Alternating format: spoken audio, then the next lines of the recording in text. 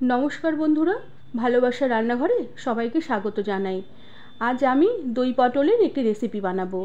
রেসিপিটি ভালো লাগলে একটি লাইক, শেয়ার আর সাবস্ক্রাইব করে দেবার অনুরোধ রইল। প্রথমে আমি কয়েকটা গোটা পটলের ছিলকে ছাড়িয়ে বেশ ভালোভাবে ধুয়ে নিয়েছি। এরপর পটলগুলোর দুদিকে একটু কাট লাগিয়ে নিয়েছি।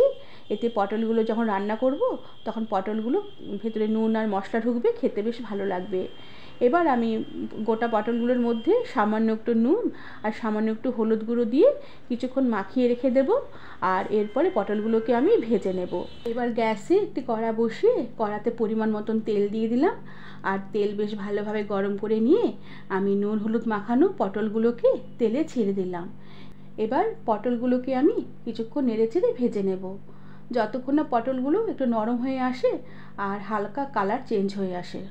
পটলগুলো বেশ কিছুক্ষণ নেড়েচেড়ে নেবার পরে হালকা লাল হয়ে এসেছে। এবার আমি কড়া থেকে পটলগুলোকে উঠিয়ে রাখবো। এবার এই পটল ভাজার তেলেই আমি একটা এলাচ আর এক টুকরো দারচিনি থেতো করে ফোড়ন দিলাম। এলাচ আর দারচিনি ফোড়নের খুব সুন্দর গন্ধ বেরোলে এবার আমি কুচিয়ে রাখা খানিকটা পেঁয়াজ দিয়ে দিলাম। আর পেঁয়াজটাকে কিছুক্ষণ নেড়েচেড়ে নরম করে নিয়ে আমি একটা মিডিয়াম সাইজের টমেটোর অর্ধেকটা কুচিয়ে দিলাম আর অর্ধেকটা বাটা করে দিয়ে দিলাম।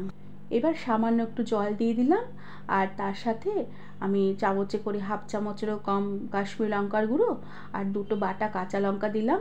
আর তার সাথে পরিমাণ মতন নুন আর পরিমাণ মতন হলুদ গুঁড়ো দিয়ে মশলাটাকে কিছুক্ষণের জন্য নেড়েচেড়ে কষিয়ে নেব, যতক্ষণ না মশলাটার জলটুকু শুকিয়ে গিয়ে তেলটা ছেড়ে ছেড়ে আসে। মশলাটা কিছুক্ষণ কষিয়ে নিয়েছি, বেশ মশলার কাঁচা টমেটো গন্ধটাও চলে গেছে আর মশলার তেলও ভেসে উঠেছে। এবার আমি ভেজে রাখা পটলগুলোকে দিয়ে দিলাম আর পটলগুলোকে দিয়েও আবারও কিছুক্ষণ নেড়েচেড়ে মশলার সাথে কষিয়ে নেব। পটলের সাথে আমি মশলাটাকে কিছুক্ষণ কষিয়ে নিয়েছি।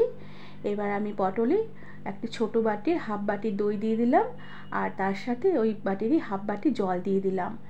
এবার জল সমেত দইটাকে পটলের মধ্যে বেশ ভালোভাবে মিশিয়ে নিয়ে গ্যাসের আঁচ একদম কম করে দিয়ে ঢাকা দিয়ে আমি কিছুক্ষণের জন্য পটলটাকে রান্না হতে দেব।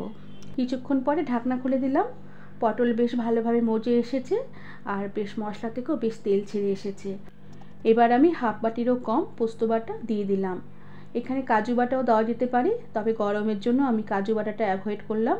আর তার সাথে একটা চেরা কাঁচা লঙ্কা দিয়ে আরও কিছুক্ষণ নেড়ে চেড়ে নিয়ে আমি এই ছোটো বাটিরই হাফ বাটিরও কম জল দিয়ে দিলাম। আর স্বাদের ব্যালেন্সের জন্য সামান্য একটু চিনি দিয়ে দিলাম আর ঢাকা দিয়ে গ্যাসের ফ্লেম লোতে রেখে 2 থেকে 3 মিনিটের মতন রান্না হতে দিলাম। বন্ধুরা, এই গরমের দুপুরে এই সামান্য তেল মশলায় তৈরি দই পটলের রেসিপিটি তোমরা বাড়িতে ট্রাই করে দেখতে পারো। গরমের দুপুরে ভাতের সাথে খেতে অসাধারণ লাগবে। আর রেসিপিটি তোমাদের ভালো লাগলে আমাকে একটি সাবস্ক্রাইব করে দেবে আর তার সাথে আমাকে তোমরা কমেন্ট করে জানাবে তোমাদের আমার রেসিপিগুলো কেমন লাগছে। তাহলে আজকে আসি, পরে আবার একটি নতুন রেসিপি নিয়ে দেখা হবে। ধন্যবাদ বন্ধুরা।